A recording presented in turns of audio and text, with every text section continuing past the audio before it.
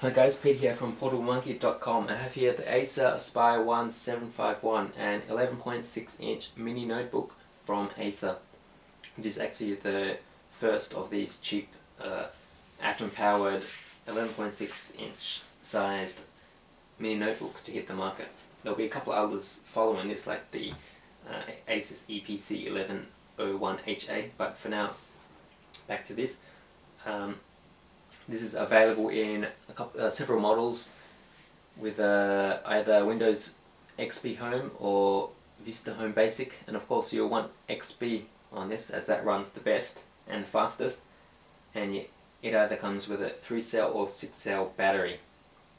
I have the 6-cell battery one, which sticks out the back, but I'll get to that later. Let's go over the pros first. It's easily upgradable. Having a look on the back here, you've got access space for your hard drive and your Wi-Fi card here, and RAM, which is upgradable to 2 GB. Next, it's silent. I cannot hear any noise at all, and I really hate any noise on my netbooks.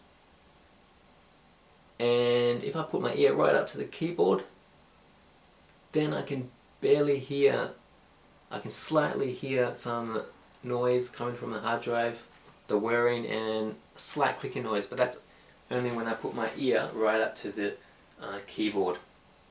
Now, I thought this was fanless, but I've been told there's a small fan running in here somewhere, but I cannot hear it. It's virtually silent anyway.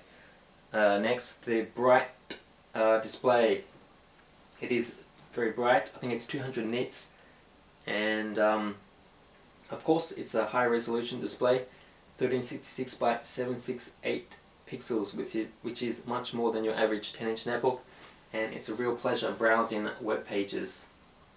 I never have to maximize the screen like I do on the 10-inch netbooks. As you can see, here's an example,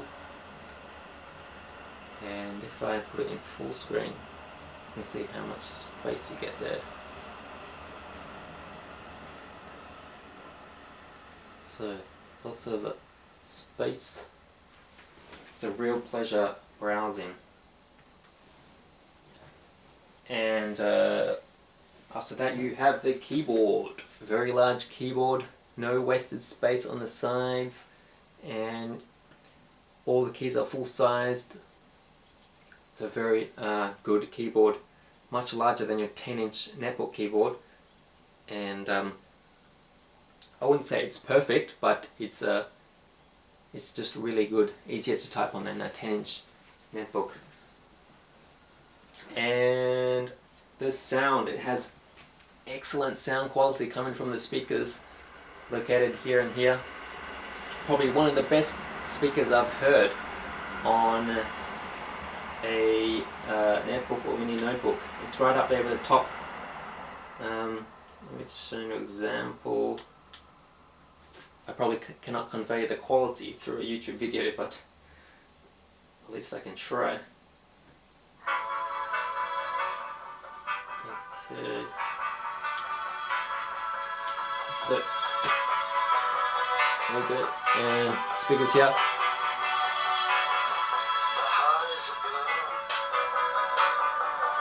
Okay, you're probably gonna hear that. Okay. Since the speakers are on the bottom, they can get muffled if you have them on a soft surface like this couch, but it does help to make the sound, it adds more bass, sort of, so it sounds really good actually, even on a soft surface. And the last thing, it plays 1080p HD video, but I wouldn't say 100%, it's not 100% smooth, but that could be just with my configuration here. So here's 1080p HD video.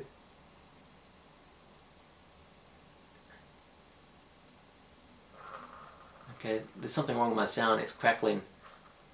I don't know how, what's wrong with that. Okay, this is Batman.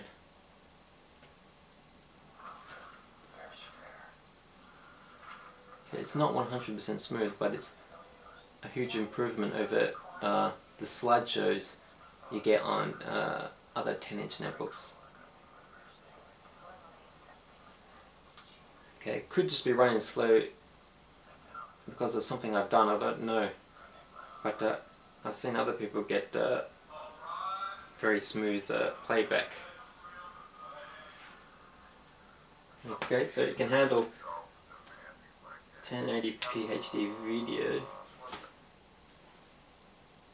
Oh, and one last thing, the battery life. You'll get, it's got good battery life, 5.5 to 6.5 hours of battery life. That's with Wi-Fi on, Bluetooth off, 50% brightness, and just browsing web pages and the occasional YouTube video.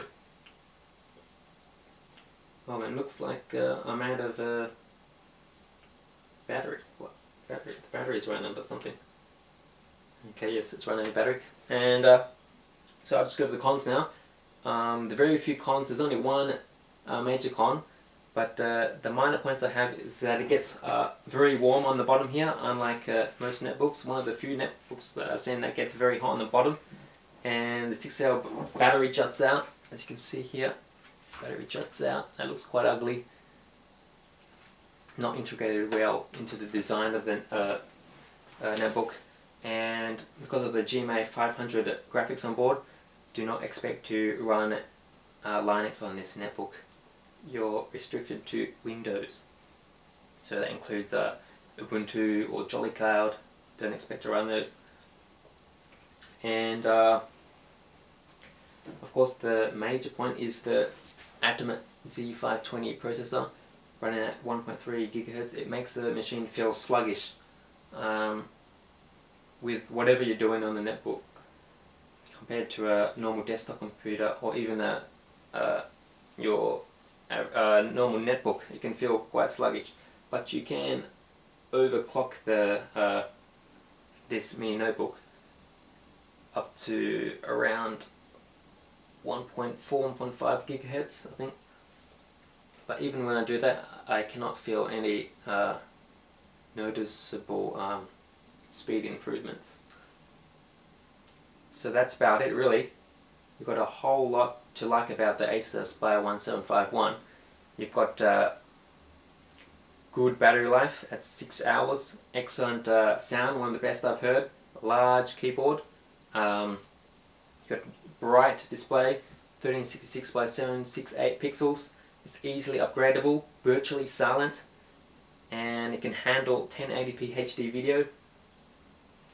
And only just one con, really, the sluggish Atom Z520 processor, and just a few minor niggles like the battery that sticks out and not being very compatible with Linux. So overall, I can really recommend this. Apart from that Atom Z520 processor, which if you're just doing web browsing or it's light application use, word processing, it should be fine for that. So overall, I can recommend this mini notebook, the Acer Aspire One 751. Thanks for watching.